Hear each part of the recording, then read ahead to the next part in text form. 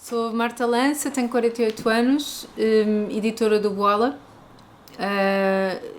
Nasci em Lisboa e depois tive várias vivências em vários contextos, nomeadamente na adolescência nos Açores, que foi bastante marcante, e mais tarde aconteceu em 2003 ir viver para Cabo Verde, depois para Luanda, Maputo e Brasil, e pronto, foi um twist de vida bastante inusitado, que me abriu para muitas realidades e que mudou um bocadinho o rumo do meu trabalho também.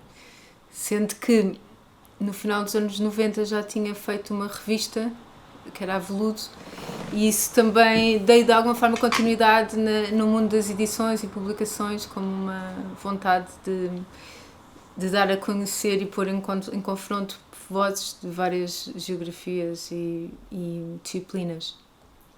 E gostava que falasse um bocadinho do Boala, como é que surge, como é que a ideia ganha vida, como é que foi esse início.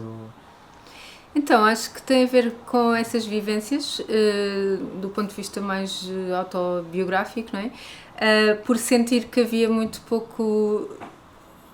pouca reflexão. Estamos a falar em 2009, quando surgiu a ideia de fazer o Boala, pouca reflexão nesse grande tema da pós-colonialidade, e aquilo que tentávamos assim no rescaldo dos blogs, muito a cultura daqui, a vida cultural dali, a arte contemporânea, claro, assim um bocadinho estrito por conceitos nacionais ou de certos meios. E eu comecei a perceber que era muito interessante que esses mundos dialogassem, não é? Sendo que no início começa muito por esse lado de fio condutor, se calhar através dos meus contactos iniciais, por ter tido essa experiência de trabalho na área da cultura em várias cidades africanas de língua portuguesa, que é todo um problema também à partida, o que é isso da lusofonia, a quem é que isso interessa. Portanto, aliás, fez parte de começar logo a problematizar o conceito de lusofonia num dos primeiros ensaios que lançou o Boala. Pronto, então foi de perceber que havia gente tão criativa, com tanta coisa a dizer, e que a melhor maneira, em vez de voltar à velha guarda das revistas em papel, que seria uma circulação muito limitativa, claro, internet, fazer um site, uma plataforma. Então surge em 2010, o Boala é lançado na Bienal de São Paulo, porque em Portugal ninguém teve interesse. É importante dizer isso, que era tipo, não, e no Brasil houve logo um acolhimento, uma receptividade, um interesse, curiosidade incrível mesmo. Eu acho que o Brasil tem essa capacidade de exponenciar muito os nossos sonhos e visões e acreditar logo, enquanto que aqui a postura é mesmo primeiro fazer desacreditar, desmoralizar. E então foi muito importante ter começado no Brasil, porque também, porque são 200 milhões de pessoas, não é? Há um público-alvo e colaboradores, logo imensa gente a querer escrever e ler e saber. Então surge um bocadinho dessa vivacidade do Brasil. Depois, como já tinha muitas pessoas que em Angola, no Mindelo, com quem já tinha colaborado a nível de jornalismo e de educação, porque também trabalhei nessas áreas, nesses países, facilmente também se fez essa constelação dos primeiros colaboradores e a coisa foi crescendo, né? E dura há 15 anos, faz este ano 15 anos. E é um projeto que hoje em dia sinto mesmo que tem um lugar e que está sempre a reinventar-se. Se no início começa até por uma presunção de achar que se fazia um portal de arte contemporânea africana e que obviamente era um certo desconforto ser feito até por uma portuguesa, não é?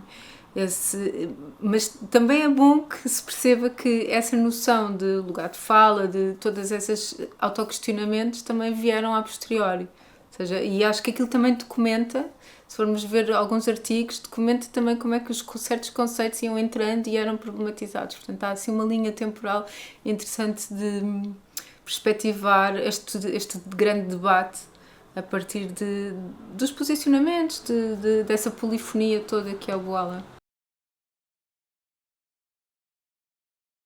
No caso do Boala, desde o início que é uma plataforma transnacional, ou seja, é mesmo internacional no sentido de não fechar na realidade portuguesa ou das questões dos afrodescendentes portugueses, claro que também está presente, mas não é o core dos conteúdos, é mesmo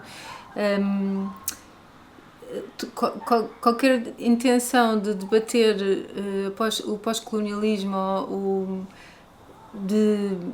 de criar narrativas alternativas à dominante hegemónica eurocentrada, precisamos sempre de outros lugares de urgência que estão onde há reflexões às vezes muito mais ousadas ou que confrontam com as nossas visões e, portanto, não está muito centralizado aqui, apesar de eu continuar a ser editora, mas posso deixar de ser um dia, e é esse exponenciar de facto Portugal acaba por contar pouco nesta jogada toda, percebes? Então essas outras plataformas que cá estão mais baseadas na realidade portuguesa e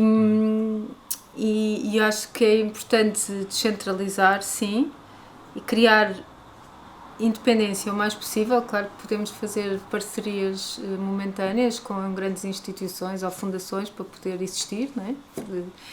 Mas tentares criar a tua própria forma de trabalho e de autonomia é muito importante manter isso.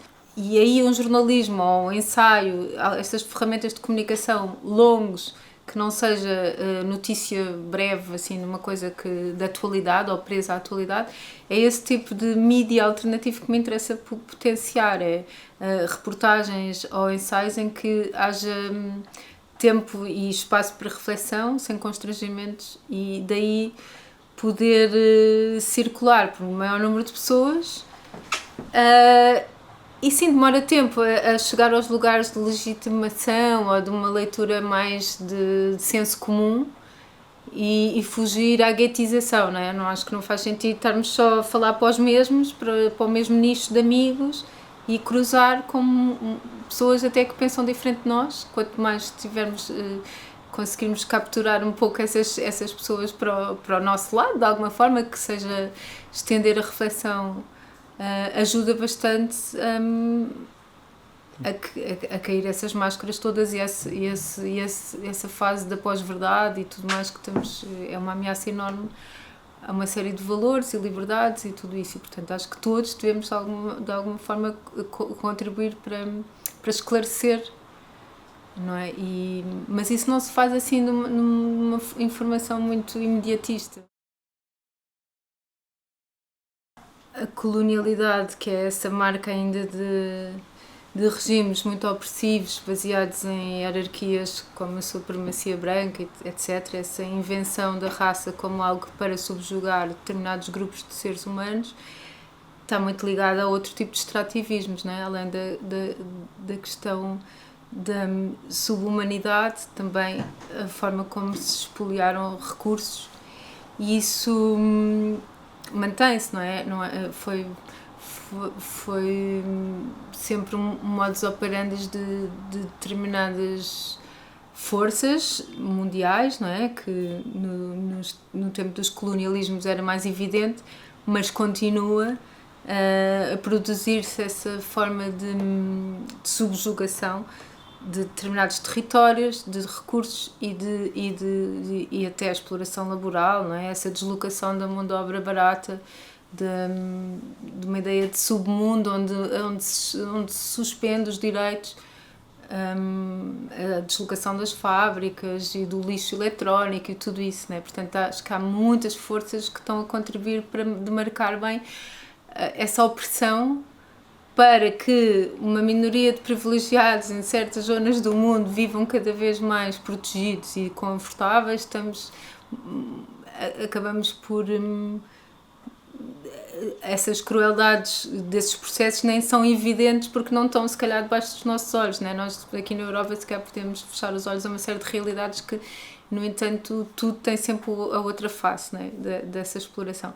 Agora, em termos ecológicos, acho que o ecofeminismo e uma série de correntes muito interessantes que também têm relações com o debate pós-colonial, claro, e com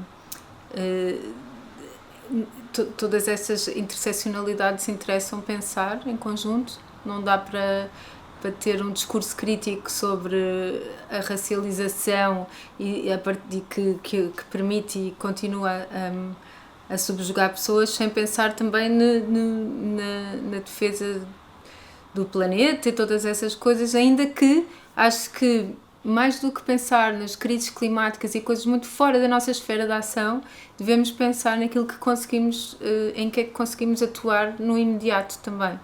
Sempre para uma luta maior e tudo mais, mas não estar a desviar sempre para coisas demasiado ambiciosas e fora do nosso alcance. Então, aquilo que cada um puder contribuir no seu modo de viver, na sua atividade reflexiva e que não seja também só do mundo académico, que também dialoga para o seu nicho, e ser muito importante o debate público, o sair das nossas capelinhas.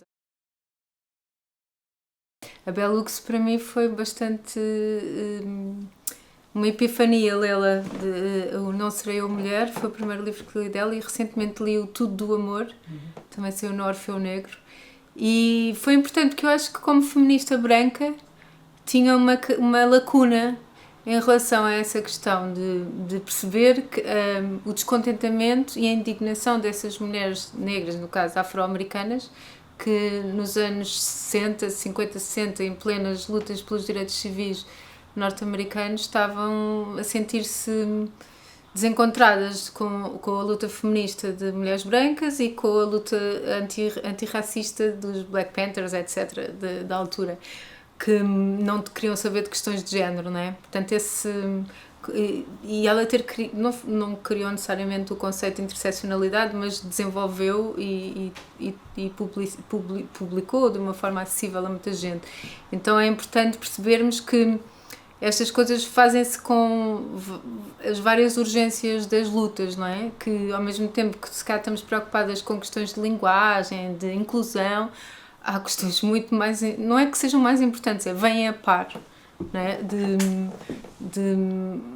Há quem esteja, se o trabalho foi um fenómeno emancipador para um certo grupo de mulheres, para mulheres negras, não, o trabalho sempre foi uma coisa opressiva e dura e portanto essa luta pelo direito ao trabalho não era tão urgente porque já sempre trabalharam e fizeram o trabalho que mais ninguém quer fazer, ou seja, portanto é perceber as várias dimensões do mesma exigência, para quem e como é que ela se demonstra, não é? Então, pronto, a Bell Hooks já muitas outras teóricas e feministas negras, entretanto, sucederam, mas acho que ela conseguiu conciliar e sintetizar uma série de conceitos e de uma forma de escrita muito acessível. A comunidade africana, para começar, o que é isso, não é? Há tantas projeções numa ideia da África que não é realista, não é? Se formos pensar, as realidades são contextuais e situadas e tudo mais. E lá está, as nossas lutas aqui às vezes não refletem minimamente no que é que as pessoas estão neste momento nas ruas de Maputo a contestar, não é? São coisas diferentes e é sempre nessa atenção mútua que me interessa, daquilo que eu puder ampliar essas vozes, é por aí. Mas o que eu tenho aprendido é que nada pode ficar cristalizado numa ideia que fazemos determinadas realidades ou determinadas assunções, ou seja, tudo está em aberto, não é? Chegamos agora, por exemplo, aos 50 anos das independências e é muito frustrante. É uma data a celebrar por toda a luta anticolonial e de libertação, mas perceber que esse sistema de poder não mudou completamente, não é? Aliás, acentuou uma série de vícios de quase todos os partidos que fizeram a independência estão no poder há 50 anos. Então isso é bastante problemático para a juventude que está farta de não ter acesso a uma habitação, educação, condições de vida, horizonte de expectativa. Então é importante que não entrarmos em celebrações superficiais e sem olhar. O que o Fellowin diz no Afrotopia é: a África quase que acabou por ser é tão uma fantasmagoria de projeções de outros de forma exógena, que ou cais num afropessimismo, que é tudo uma catástrofe, etc., e que todas as barbáries foram perpetuadas ali, etc., ou então entras num delírio do Eldorado para o capitalismo global, onde tudo vai ser possível. Então estas duas forças que são muito pouco realistas, não é? E interessa essa autorrepresentação e tudo mais. E é por aí que temos que perceber o que é que está a ser produzido em África, que soluções, por exemplo, para a questão da sustentabilidade, da ecologia. Há uma série de relações também sociais, de comunidade, que interessa contrapor à nossa sociedade do progresso e da acumulação, tal como nas culturas indígenas, que também estão cada vez mais a ter espaço de visibilidade, não é? A publicar, a fazer, a ir aos festivais, a criar discurso e até representações políticas no Brasil, nomeadamente. E temos... Acho que isso tudo tem-nos ensinado a repensar também o nosso próprio modo de vida e de produzir. Até o próprio conhecimento está a ser, de uma forma bastante interessante, a ser repensado alguns conceitos base até da filosofia e do pensamento. Sim. Lisboa é uma cidade com muitas camadas da história e que nem sempre tornou visível uma série de presenças, nomeadamente estamos a falar da presença africana na cidade de Lisboa, deve ser bastante ofensivo e quase insultuoso não haver essa memória pública, não é? Essas mnemónicas para uma série de habitantes da cidade. Aliás, há toda uma linha de cor que atravessa a cidade entre quem serve e é servido, né, da Lisboa centro e Lisboa periférica, etc. E pensar que essas pessoas racializadas andam numa cidade e não sentem que a cidade conta a sua história. Então, algumas iniciativas têm combatado isto, tentar Batotoieto, alguns percursos por Lisboa africana, percursos para turistas e etc. E o Remapping Memories, que era um projeto que começou com o Goethe e agora neste momento está do Boala e do Museu de Lisboa, mas sobretudo nessa época que estávamos a criar o Remapping Memories, era muito importante que fossem os próprios habitantes de Lisboa e pessoas que pensam a cidade a identificar os lugares de memória. Então o processo começa por aí. Entrevistei uma série de gente, Brito Guterres, a Carla Fernandes, a Cristina Roldão, a Beatriz Gomes Dias, etc. O Eduardo Ascensão, e pessoas que fizessem a sua reflexão sobre as faltas de Lisboa, dessa representatividade, e depois elegessem um lugar de memória, né? Se fossem eles a decidir que lugar é que falta ter uma sinalização ou uma história crítica, contextualização daquele local. E chegámos a 20 lugares de memória.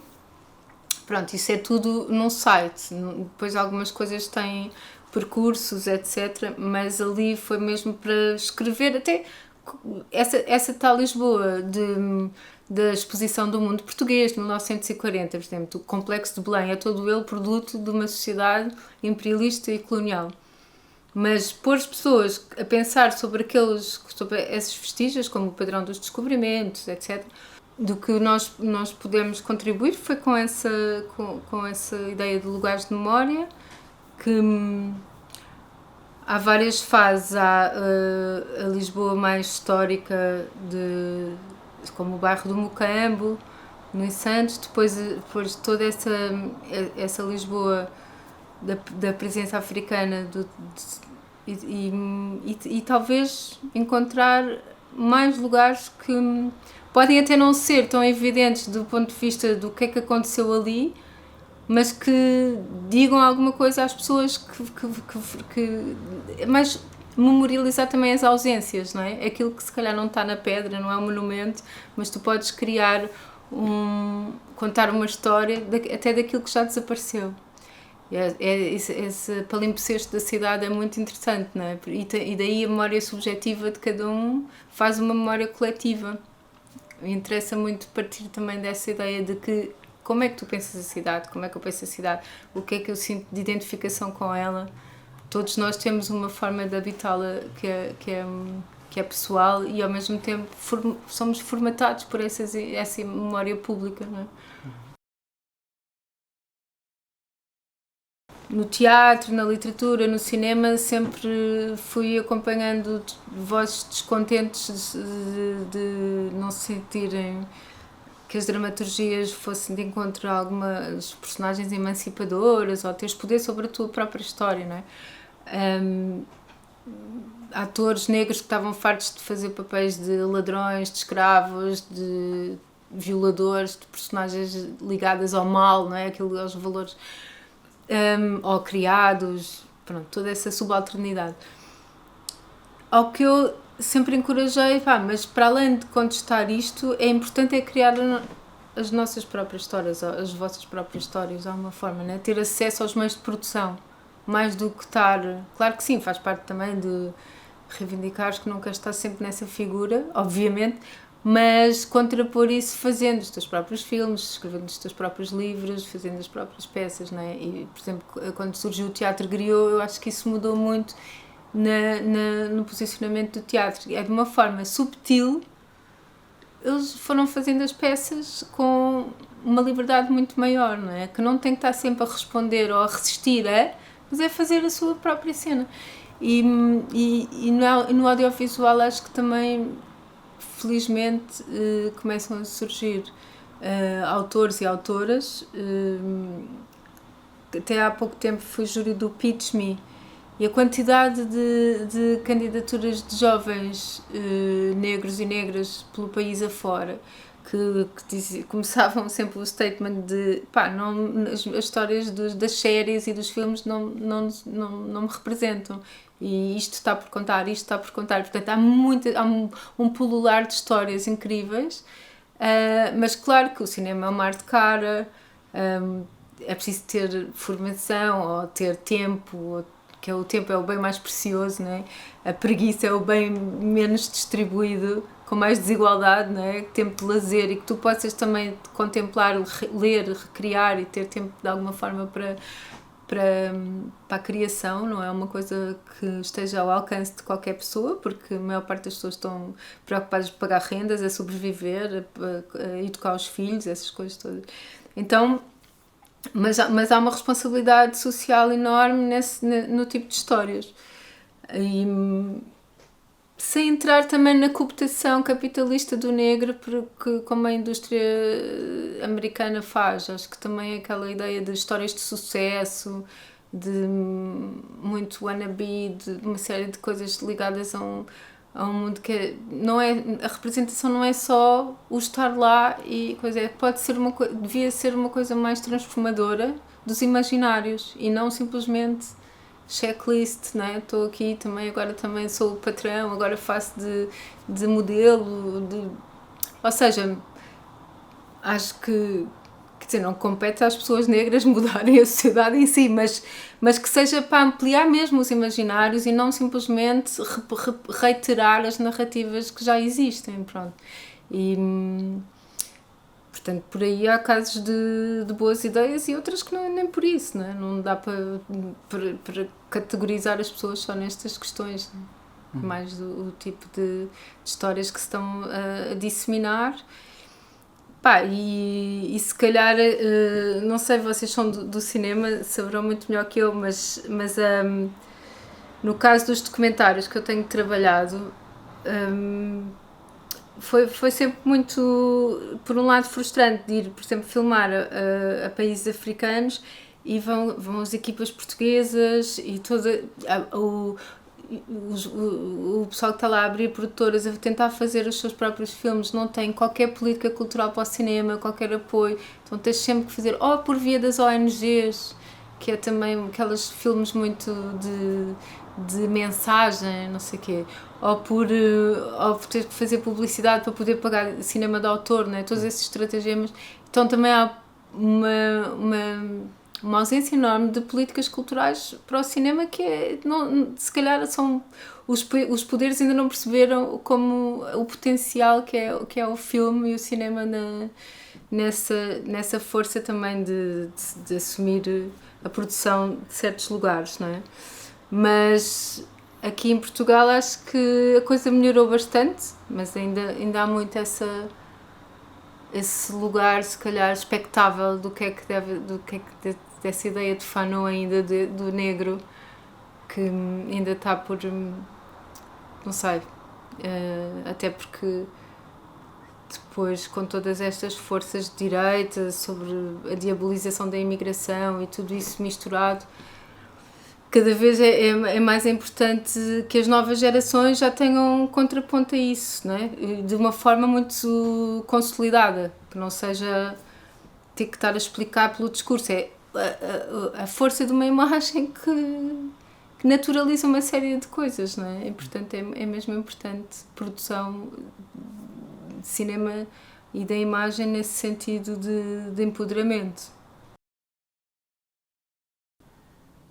O arquivo colonial desperta muito interesse, há cada vez mais gente a trabalhar, a fotografia, a imagem em movimento, os documentos da época, a abrir arquivos,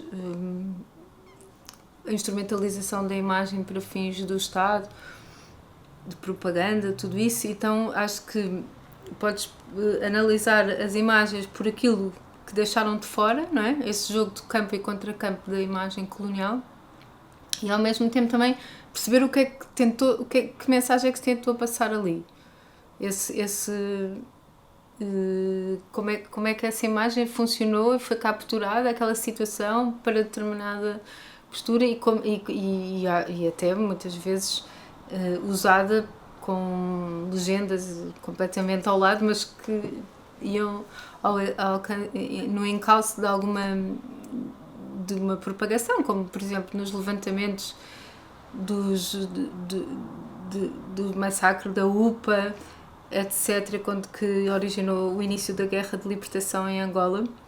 Essas imagens, houve uma noção total do Estado português que queria mostrar o horror, as vítimas sempre do lado português, claro, para justificar toda a retaliação, ou seja, mostrar, e ao mesmo tempo, durante anos e anos, sonegou uma série de outras imagens que davam contexto a que aquilo tivesse acontecido, não é? Pronto, isto para dizer que no jogo colonial a questão da imagem foi bastante pensada, não é uma coisa aleatória. E há imensos arquivos pessoais, não é? Aqui na Feira da Ladra, todos os sábados nos aparecem essa ideia da fotografia vernacular, não é? Pessoas que tinham em casa álbuns de guerra ou não sei o quê, e as casas estão a ser esvaziadas e vêm aqui parar. De repente, fotografias, aqueles postais, não é? O postal com a mulher negra, desnuda, tudo isso que há uma certa obscenidade, não é? Estar a ver coisas que eram de imagem de alguém que nem se teve noção do que é que foi capturada por uma câmara não sei quantos anos atrás e que de repente aparece numa casa de alguém e depois vai parar a uma feira no meio do chão. Isso tudo essa circulação da imagem tem o seu interesse e ao mesmo tempo há um pudor que eu tenho em relação a isso, não é? Então quando vejo alguns filmes que usam o arquivo colonial, tenho alguma sensibilidade para que haja essa noção de que não vamos reiterar imagens de violência que já foram, aquelas pessoas passaram por aquilo, se calhar sem saber onde é que aquilo ia parar, não é? Aos olhos de quem. E há várias correntes sobre isso, que tratamento de dar essas imagens. Há quem diga que é melhor não mostrar e simplesmente descrever. Há quem acha que é mesmo importante mostrar para se perceber a violência que foi. Eu não sei muito bem, não tenho uma opinião muito categórica, porque acho que também é importante vermos, acho que é importante não higienizar o colonialismo, né? Não achar que era uma convivência harmoniosa, né? É importante perceber o que é que ficou fora de campo em algumas imagens e alguns olhares que nos interrogam e que desconfortam também. É importante perceber esse questionamento da própria imagem. Depois, os trabalhos de artistas, etc., há de facto uma procura do arquivo de também perceber a sua historiazinha pessoal. Está-se a entrar muito nessa coisa do a minha avó e o meu tio e mais não sei o quê. Uma história muito, às vezes, quase que desculpando, ou uma narrativa assim um bocadinho de aquilo existia, mas nós não éramos assim, todo esse lado. Não sei, porque só mesmo se estivéssemos a analisar um filme em concreto. No caso da Rosita e outros bichos do mato, não é? O filme que se chama assim. Há pouco tempo estive lá no Palácio de Cristal, num desses percursos pela Exposição do Porto, não é? De 1934, onde estavam presentes, teve presente a Rosita e os zoos humanos durante meses e meses, né? Ali a representação das tabancas guineenses e tudo mais, e que morreram pessoas e foi toda, mas era uma prática europeia, né? Que se fazia essas montras das amostras das colónias, né? Entre os minerais, o potencial de exploração dos recursos, também tínhamos uma amostra das pessoas, né?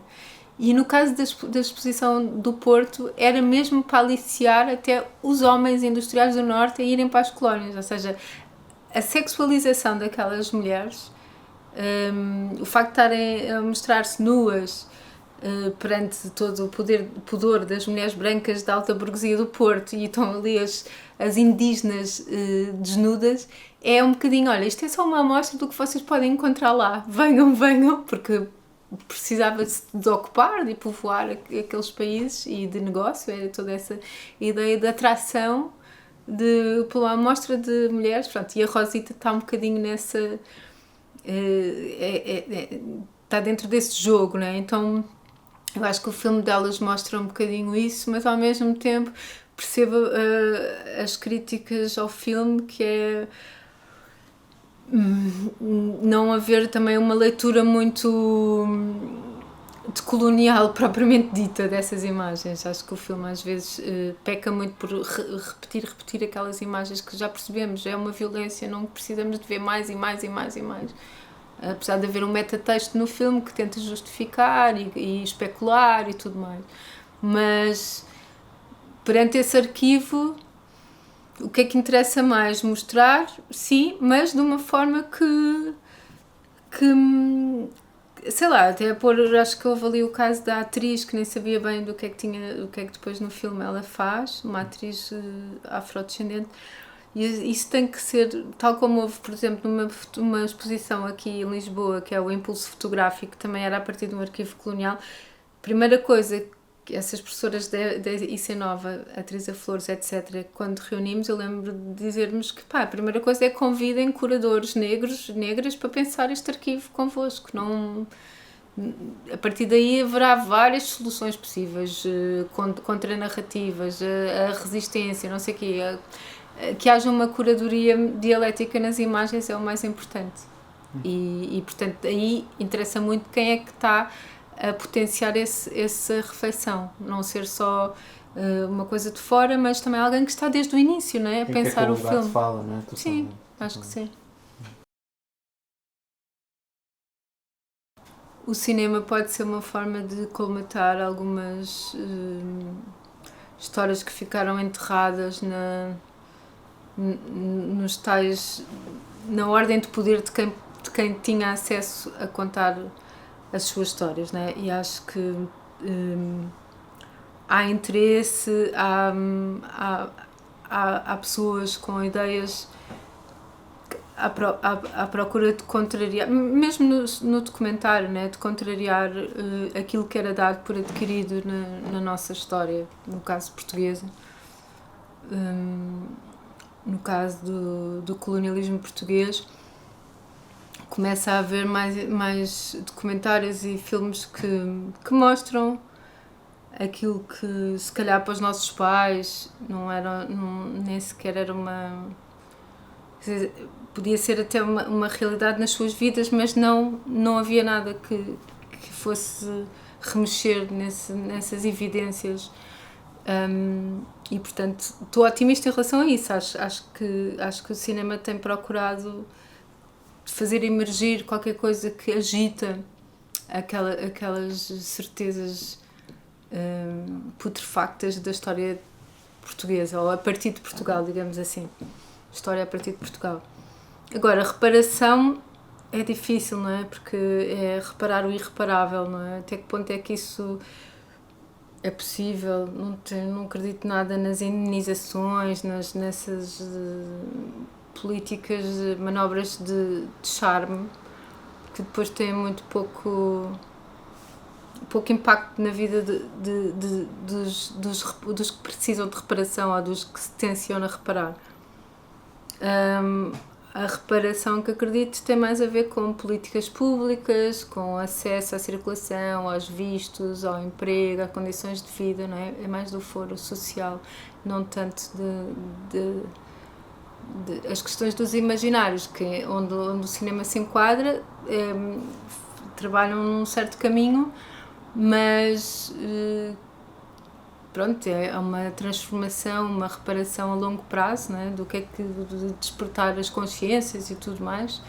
Acho que sim, mas depois aquilo que terá mais impacto acho que tem a ver com políticas públicas que minorizem as desigualdades socioeconómicas, muitas delas baseadas nas questões raciais. É por aí. Está toda a gente convidada a colaborar com o Boala.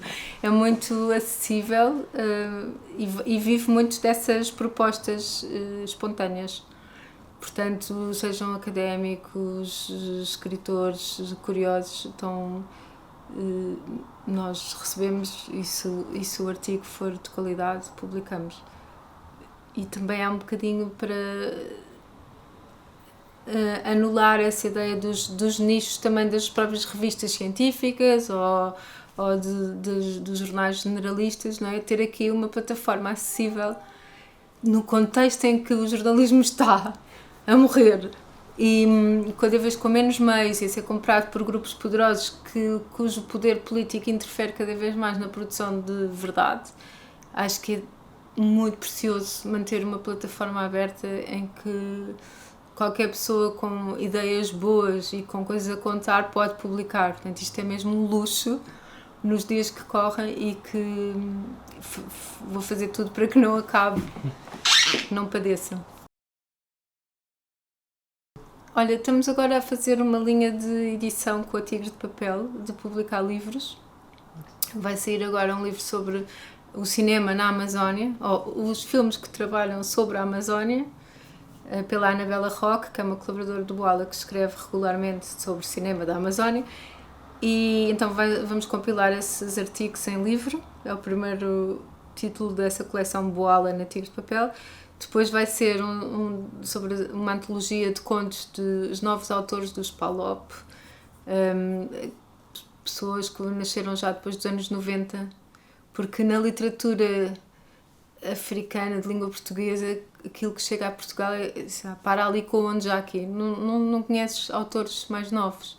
E então agora que tenho estado a acompanhar o Eduardo Kiv, que é moçambicano, e o Israel Campos, angolano, percebemos que também há jovens autores, mas não há assim tanta gente a escrever contos, há mais poesia e coisas assim. Então também isto faz com que andar à procura, não é? É como nas questões da representatividade. Se tu queres fazer um projeto, mas não há ninguém, não sei o quê, vais procurar, é uma questão de fazer acontecer, mesmo que não haja, vais tentar encontrar. Pronto, e isso é importante, porque também incentiva.